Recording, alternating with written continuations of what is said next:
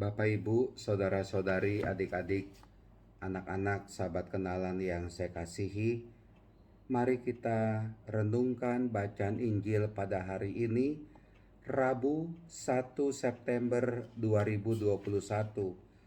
Bacaan Injil diambil dari Lukas bab 4 ayat 38 sampai dengan 44. Ringkasnya dari dalam bacaan Injil hari ini kita bisa melihat bagaimana Tuhan Yesus menolong orang lain. Salah satu yang ditolong adalah ibu mertua Simon yang sakit demam keras. Dan mereka meminta kepada Yesus supaya menolong dia. Maka Yesus berdiri di sisi wanita itu, lalu menghardik demamnya. Segera penyakit itu meninggalkan dia. Wanita itu segera bangun dan melayani Yesus. Ibu mertua Simon disembuhkan oleh Tuhan Yesus. Bukan hanya ibu mertua Simon.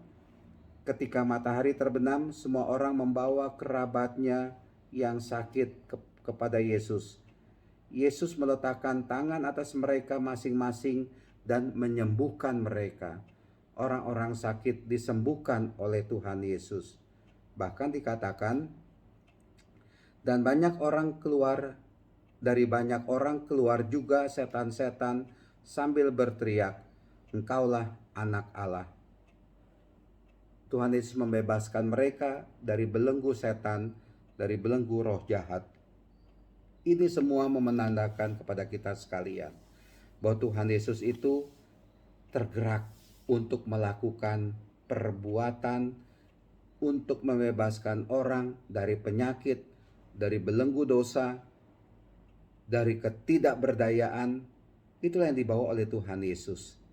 Di satu pihak, mari kalau kita berhadapan dengan orang yang sedang dalam situasi tidak berdaya, sedang sakit, tidak sehat, mari kita memberi bantuan kepada orang miskin, kepada orang lemah. Kita memberi bantuan kepada mereka.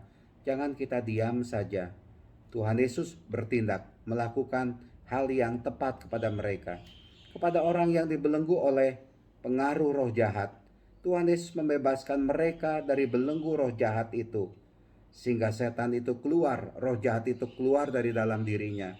Ingat, kalau kita bicara mengenai setan, renungan saya kemarin, jangan melulu mengatakan setan itu seperti sosok makhluk halus yang menggoda, menakut-nakuti kita. Tidak.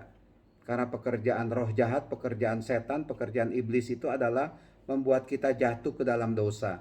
Dan hati-hati, roh jahat itu kadangkala ada dalam diri kita. Pun pula kalau kita mengaku diri sebagai orang yang rajin berdoa, rajin ekaristi, rajin ibadah, bisa saja itu setan itu masuk ke dalam diri kita. Maka dari itu kita harus hati-hati.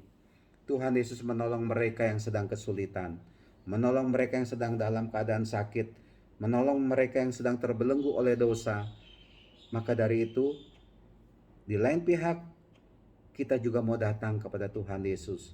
Kita lihat ke dalam diri kita, apa penyakit kita, apa penderitaan kita, apa duka kita, apa kelemahan kita, dosa apa yang kerap kali saya lakukan, kita lakukan, kekeliruan apa yang kerap kali dengan sengaja atau tidak sengaja kita lakukan terus. Dan disinilah kita mohon kekuatan dari Tuhan Yesus. Tuhan Yesus, seperti hanya Engkau menolong ibu mertua Simon, menolong orang-orang yang sakit dan Engkau meletakkan tangan atas mereka dan mereka sembuh, seperti hanya Engkau membebaskan orang-orang dari belenggu roh jahat. Berilah kekuatan kepada kami, kepada saya, kepada kita semua, supaya kami disembuhkan dari penyakit yang kami alami. Kita serahkan diri kita. Seberapa dahsyatnya, besarnya, kuatnya penyakit itu, mari kita percaya kepada Tuhan Yesus, menyerahkan diri kita kepada Tuhan Yesus. Seberapa besarnya kelemahan kita, kita tetap mau menyerahkan diri kita kepada Tuhan Yesus, supaya Tuhan Yesus menolong kita, menolong Anda, menolong saya. Kita manusia punya kelemahan, tidak ada manusia yang kuat. Manusia itu punya kerapuhan. Manusia itu kadang punya penyakit, punya kekurangan. Manusia itu kadang jatuh ke dalam dosa, pengaruh iblis, pengaruh roh jahat. Tapi disinilah seperti halnya Tuhan Yesus menolong mereka semua, kita mohon kekuatan, kita mohon pertolongan dari Tuhan Yesus.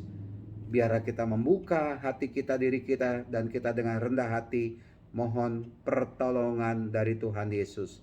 Tuhan Yesus, tolonglah kami.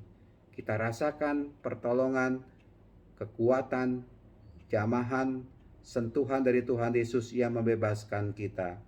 Tuhan memberkati kita semua. Amin.